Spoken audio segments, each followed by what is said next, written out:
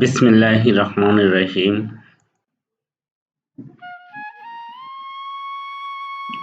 প্রিয় একাদশ ও দ্বাদশ শ্রেণীর সকল যুক্তিবিদ্যার শিক্ষার্থীবৃন্দ, তোমরা যে যেখানে বসে আজকের অনলাইন ক্লাসটি উপভোগ করবে, সকলের প্রতি থাকবে প্রীতি ও শুভেচ্ছা। আশা করি মহান সৃষ্টিকর্তার অশেষ রহমতে সকলেই ভালো আছো। আলহামদুলিল্লাহ, আমিও ভালো আছি। বর্তমান বিশেষ পরিস্থিতিতে গণপ্রজাতন্ত্রী বাংলাদেশ সরকারের শিক্ষা মন্ত্রণালয়ের নির্দেশক্রমে দেবিদার আল-হাজ জুবেদা খাতুন মহিলা কলেজ অনলাইন ক্লাসের আয়োজন করে যাচ্ছে। দেবিদার আল-হাজ জুবেদা খাতুন মহিলা কলেজের অনলাইন ক্লাসের পক্ষ থেকে আজকে যারা এই ক্লাসের সাথে সংযুক্ত হবে সকলকে স্বাগতম। আজকের ক্লাসে আমি আছি মোহাম্মদ মফিজুল ইসলাম, সহকারী অধ্যাপক, দর্শন বিভাগ, দেবিদার আল-হাজ জুবেদা খাতুন মহিলা কলেজ, দেবিদার, কুমিল্লা। আজকে আমি যে পাঠটি উপস্থাপন করব, যুক্তিবিদ্যা প্রথম পত্রের তৃতীয় অধ্যায়ের অনুমানের উপাদান পদ।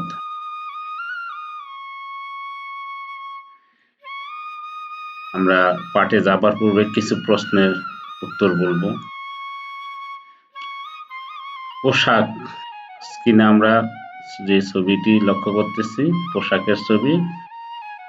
প্রশ্ন হচ্ছে পোশাক কি দিয়ে তৈরি? এটার উত্তর নিশ্চয়ই আসবে কাপড় দিয়ে তৈরি। এখন যদি আবার বলি কাপড় কি দিয়ে তৈরি, এর উত্তরে অবশ্যই আসবে সুতা দিয়ে। আবার যদি প্রশ্ন করি সুতা কি দিয়ে তৈরি, এর উত্তর আসবে তুলা। তাহলে দেখা যাচ্ছে তুলা সুতা কাপড়ের, আর কাপড় পোশাকের মূল উপাদান।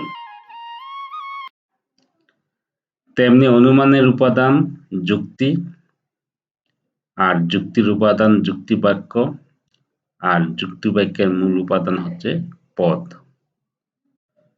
তো তোমরা বুঝতেই পারতেছো আজকে আমি কি নিয়ে আলোচনা করব। আমার আজকের আলোচ্য বিষয় হচ্ছে পদ। যদিও আমরা ব্যাকরণে পদ সম্পর্কে জেনে এসেছি, কিন্তু যুক্তিবিদ্যার পদ আর ব্যাকরণের পদ একরকম পদ নয়।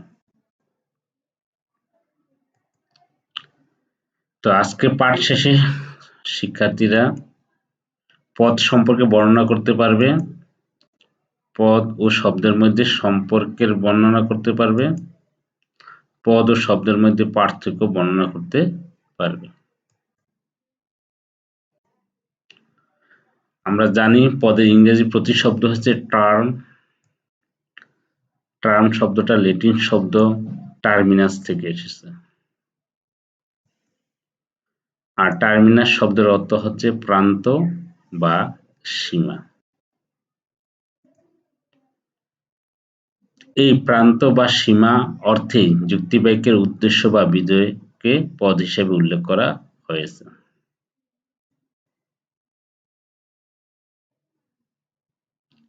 আমরা জানি একটা যুক্তিবাক্যের দুইটা প্রান্ত বা সীমা আছে।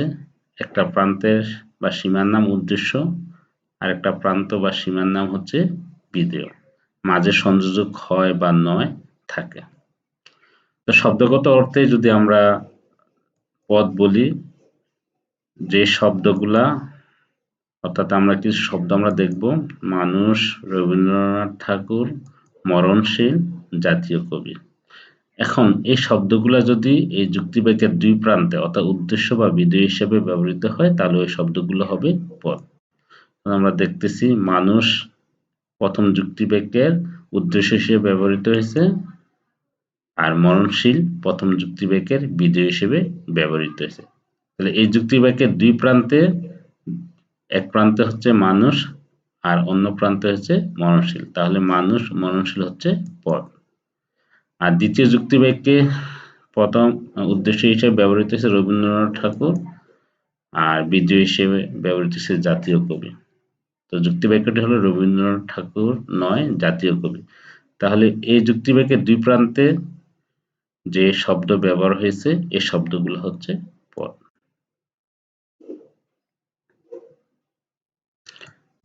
তাহলে আমরা বলতে পারি যে সকল শব্দ বা শব্দ সমষ্টি কোনো যুক্তিবাক্যের উদ্দেশ্য বা বিধেয় হিসেবে ব্যবহৃত হয় বা হওয়ার যোগ্যতা রাখে তাকে পদ বলে।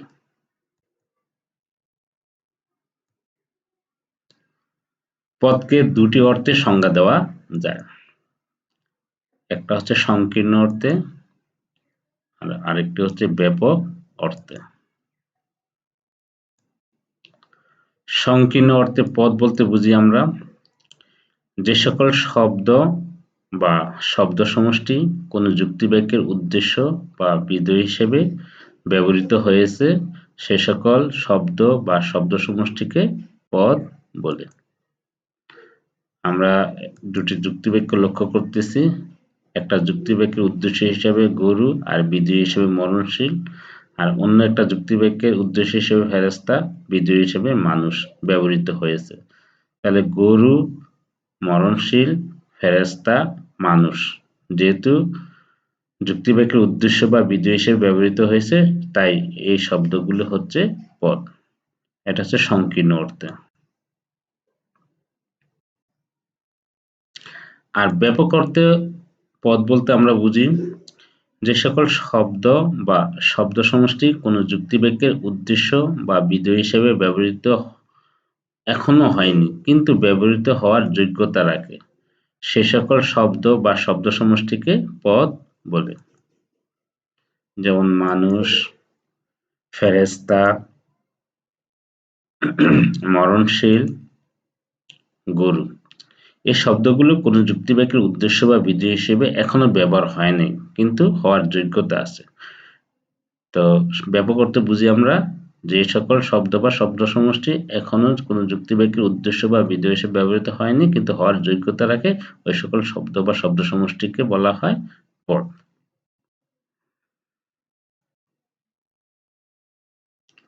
আমরা যুক্তিবিদ্যায় ব্যবহৃত শব্দের প্রকারভেদ। এখন আমরা দেখব শব্দ কত প্রকার।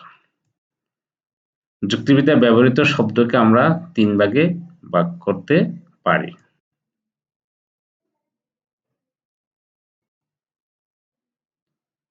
তিন প্রকার শব্দ হলো, এক নম্বর হচ্ছে পদযোগ্য শব্দ, আরেকটি হচ্ছে সহপদযোগ্য শব্দ, আরেকটি হচ্ছে পদ নিরপেক্ষ শব্দ।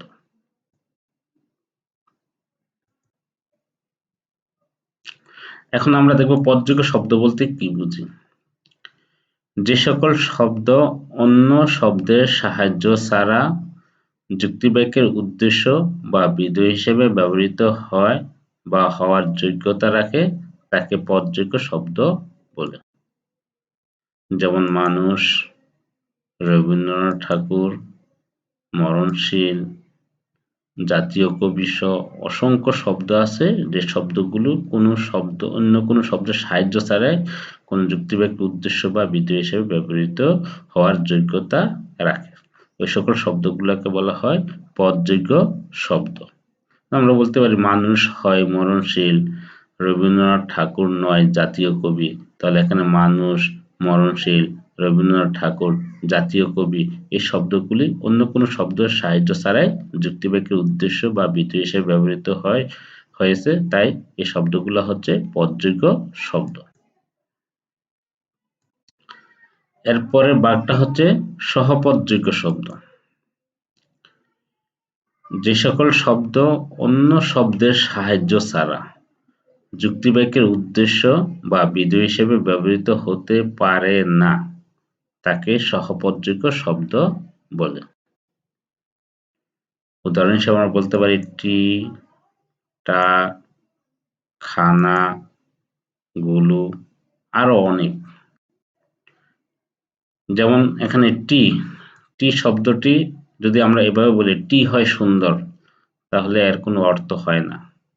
আবার যদি বলি গরুটি হয় সুন্দর কিংবা কলমটি হয় সুন্দর, তাহলে কলমের সাথে গরুর সাথে টি ব্যবহৃত হওয়ার পরে এটা পদ হিসেবে গণ্য হয়েছে।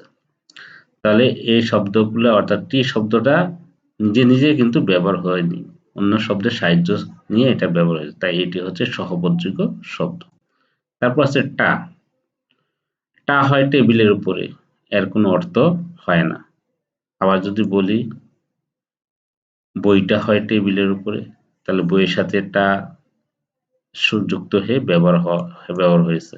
আবার যদি কলমটা হয় টেবিলের উপরে, তাহলে এখানে টাটা কলমের সাথে যুক্ত হয়ে ব্যবহার হয়েছে। তাহলে বইয়ের সাথে কলমের সাথে টাটা যুক্ত হয়ে কোন যুক্তিবাক্যের উদ্দেশ্য বা বিধেয় হিসেবে ব্যবহার হয়েছে, তাই এটা হচ্ছে সহপদযোগ্য শব্দ। আবার যদি বলি খানা, খানা নয় লাল, এর কোনো অর্থ হয় না। আবার যদি বলি কাপড়খানা নয় লাল, কিংবা জুতা খানা নয় নীল, তাহলে জুতার সাথে আর কাপড়ের সাথে খানা যুক্ত হয়ে ব্যবহার হয়েছে, তাই এটা হচ্ছে সহপদযোগ্য শব্দ। এরপর গুলু, গুলু হয় মাঠে, এর কোনো অর্থ আমরা পাই না। কিন্তু যদি বলি গরু গুলু হয় মাঠে, তাহলে গরুর সাথে গুলু, কিংবা যদি বলি ছাগল গুলু হয় ঘরে, তাহলে ছাগলের সাথে গুলু যুক্ত হয়ে কোন যুক্তিবাক্যের উদ্দেশ্য হিসেবে ব্যবহার হয়েছে। তাহলে যে সকল শব্দ বা শব্দ সমষ্টি অন্য শব্দের সাহায্য নিয়ে কোন যুক্তিবাক্যের উদ্দেশ্য বা বিধেয় হিসেবে ব্যবহৃত হয়, ওই শব্দগুলো হচ্ছে সহপদযোগ্য শব্দ। এরপরে আমরা দেখব পদ নিরপেক্ষ শব্দ। পদ নিরপেক্ষ শব্দ বলতে বুঝি আমরা যে সকল শব্দ নিজে বা অন্য শব্দের সাহায্য নিয়েও যুক্তিবাক্যের উদ্দেশ্য বা বিধেয় হিসেবে ব্যবহৃত হতে পারে না, তাকে পদ নিরপেক্ষ শব্দ বলে। উদাহরণ হিসেবে বলতে পারি হায়, আহা, মরি মরি, উহ, এই শব্দগুলো হচ্ছে পদ নিরপেক্ষ শব্দ। আমরা জানি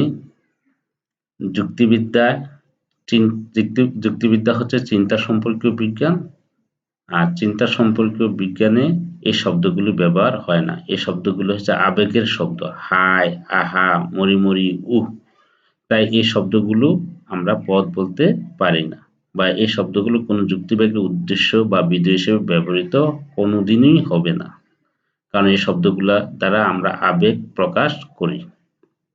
তাহলে আমরা বলতে পারি যে সকল শব্দ নিজে বা অন্য শব্দের সাহায্য নিয়েও যুক্তিবাক্যের উদ্দেশ্য বা বিধেয় হিসেবে ব্যবহৃত হতে পারে না, তাকে পদ নিরপেক্ষ শব্দ বলে। সাধারণত আশ্চর্যবোধক শব্দগুলো হচ্ছে পদ নিরপেক্ষ শব্দ। আমরা শব্দ দেখলাম, পদ দেখলাম, এখন আমরা শব্দ ও পদের মধ্যে পার্থক্য নির্ণয়ের চেষ্টা করব। প্রথমত যে পার্থক্যটা আমরা পাবো, যুক্তিবাক্যে উদ্দেশ্য বা বিধেয় হিসেবে ব্যবহৃত শব্দ বা শব্দ সমষ্টি হলো পদ, আর অন্যদিকে শব্দ হচ্ছে অর্থবোধক ধ্বনি বা ধ্বনির সমষ্টি হলো শব্দ। এখানে আমরা একটা পার্থক্য লক্ষ্য করতেছি যে একটা যুক্তিবাক্যে উদ্দেশ্য বা বিধেয় হিসেবে ব্যবহৃত শব্দ বা শব্দ সমষ্টি হচ্ছে পদ, আর শব্দ হচ্ছে অর্থবোধক ধ্বনি বা ধ্বনির সমষ্টি। এরপরে আরেকটি পার্থক্য আমরা দেখব, পদ দ্বারা শুধু চিন্তা প্রকাশ করা হয়,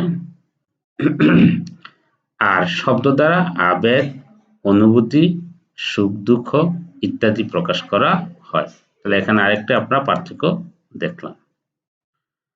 আরেকটি পার্থক্য হচ্ছে একটি যুক্তিবাক্যে দুটি মাত্র পদ থাকে, একটা হচ্ছে উদ্দেশ্য পদ, আর একটা হচ্ছে বিধেয় পদ।